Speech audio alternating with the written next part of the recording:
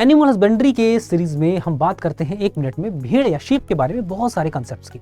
तो शीप यानी कि जिसको हम ओविस एराइस के नाम से जानते हैं और साइंटिफिकली इसका जो टर्म यूज किया जाता है वो ओवाइन होता है।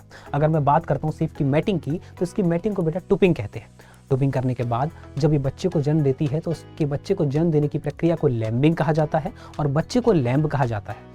और जब ये प्रेग्नेंट होती है तो उसे गेस्टेशन पीरियड कहा जाता है। और कितने दिन का होता है? लगभग 150 दिन के आसपास इसका गेस्टेशन पीरियड होता है। जब लैम्ब का जन्म होता है तो लैम्ब अगर मेल है तो राम लैम्ब और अगर फीमेल है तो ईवी लैम्ब कहा जाता है। इसमें पल्स 70 से 80, रेस्पिरेशन 12 से 20 का होता है। क्रोमोसोम की बात करें तो 54 और टेम्परेचर 39 डिग्री सेंटीग्रेड होता है। अगर मैं बात करता हूँ इनके अडल्ट की तो मेल को राम और ईवी कहा जाता है। सकलिंग कहा जाता है जब फीमेल अपने बच्चे यानी ऑफस्प्रिंग के साथ होती है। इनके ग्रुप को भी फ्लॉक कहते हैं।